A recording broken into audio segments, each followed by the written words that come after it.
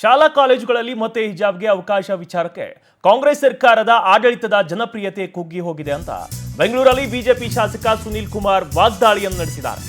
ಮುಸ್ಲಿಮರು ಕಾಂಗ್ರೆಸ್ ಪಕ್ಷದ ವಿರುದ್ಧ ತಿರುಗಿ ಬಿದ್ದಿದ್ದಾರೆ. ದಾವಣಗೆರೆ ದಕ್ಷಿಣದಲ್ಲಿ ಮುಸ್ಲಿಮರು ತಿರುಗಿ ಬಿದ್ದಿದ್ದಾರೆ. ಮುಸ್ಲಿಮರು ಕಾಂಗ್ರೆಸ್ ವಿರುದ್ಧ ಸಭೆಯನ್ನ ಮಾಡ್ತಿದ್ದಾರೆ. ವೋಟ್ ಬ್ಯಾಂಕ್ ಭದ್ರಪಡಿಸಲು ಮತ್ತೆ ಹಿಜಾಬ್ ತಂದಿದ್ದಾರೆ. ಆಘಾತಕಾರಿ ನಿಲುವು ಇದು ಸರ್ಕಾರದ ಪಾಪದ ಕೊಡ ತುಂಬಿದ. ತಾಲಿಬಾನ್ ಸರ್ಕಾರ ಆಗಬಾರದು ಅಂತ ಸುನೀಲ್ ಕುಮಾರ್ ವಾಗ್ದಾಳಿಯನ್ನು ನಡೆಸಿದ್ದಾರೆ. ಜನಿವಾರ ಮತ್ತು ಹಿಜಾಬ್ಗೂ ಯಾವುದೇ ರೀತಿಯ ಸಂಬಂಧ ಇಲ್ಲ. ಎಲ್ಲ ಶಾಲೆಗಳಲ್ಲೂ ಕೂಡ ಅನಾಹುತ ಆಗಲಿದೆ ಅಂತ ಬಿಜೆಪಿ ಶಾಸಕ ಹೇಳಿಕೆಯನ್ನ ಕೊಟ್ಟಿದ್ದಾರೆ.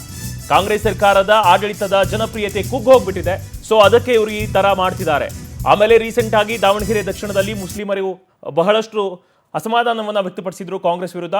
ಸೊ ಅವರನ್ನ ಓಲೈಸೋದಕ್ಕೆ ಇದನ್ನ ಮಾಡಿದ್ದಾರೆ ಅಂತ ಇದೀಗ ಸುನೀಲ್ ಕುಮಾರ್ ಅವರು ಹೇಳಿದ್ದಾರೆ. ಪಡಿಲಿಕ್ಕೆ ಇವತ್ತು ಸಮವಸ್ತ್ರದಲ್ಲಿ ಇವತ್ತು ಹಿಜಾಬ್ ಅನ್ನ ಧರಿಸಬಾರದು ಅನ್ನುವಂಥದ್ದು ಸಾರ್ವಜನಿಕವಾಗಿ ಎಲ್ಲರೂ ಕೂಡ ಒಪ್ಪಿಕೊಂಡಿರುವಂತದ್ದು. ಕೆಲವು ಸರಿ ಹಿಜಾಬ್ ಅನ್ನ ನಾವು ಬಿಜೆಪಿ ವಿರೋಧ ಮಾಡಿದ್ವಿ ಅನ್ನುವಂತ ಮಾತನ್ನ ಉಲ್ಲೇಖ ಮಾಡ್ತಾ ಇದ್ದಾರೆ. ಸಮವಸ್ತ್ರದಲ್ಲಿ ಹಿಜಾಬ್ ಅನ್ನ ನಾವು ವಿರೋಧ ಮಾಡಿದ್ದಷ್ಟೇ. ಸರ್ಕಾರಿ ಶಾಲೆಗಳಲ್ಲಿ ತನ್ನದೇ ಆದಂತಹ ಸಮವಸ್ತ್ರದ ಒಂದು ನೀತಿ ಸಂಹಿತೆ ಇದೆ, ಸಮವಸ್ತ್ರದ ಒಂದು ಕೋಡ್ ಇದೆ. ಇದರ ಬದಲಾಗಿ ಇನ್ನೇನನ್ನೋ ಮಾಡಲಿಕ್ಕೆ ಯಾವ ಸರ್ಕಾರವೂ ಕೂಡ ಮಾಡಬಾರದು.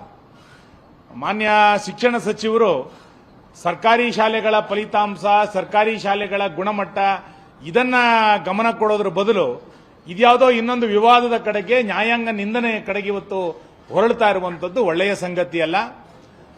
ಶಾಲೆಯ ಸರ್ಕಾರಿ ಶಾಲೆಗಳ ಸಮವಸ್ತ್ರ ಆ ಸಮವಸ್ತ್ರದ ರೂಪದಲ್ಲೇ ಇರಬೇಕು. ಒಬ್ಬರೊಬ್ಬರು ಒಂದೊಂದು ರೂಪದಲ್ಲಿ ಬಂದ್ರೆ ಅದು ಇನ್ಯಾವುದೋ ರೂಪವನ್ನ ಪಡಿಲಿಕ್ಕೆ ಇವತ್ತು ಸಾಧ್ಯ ಆಗುತ್ತೆ.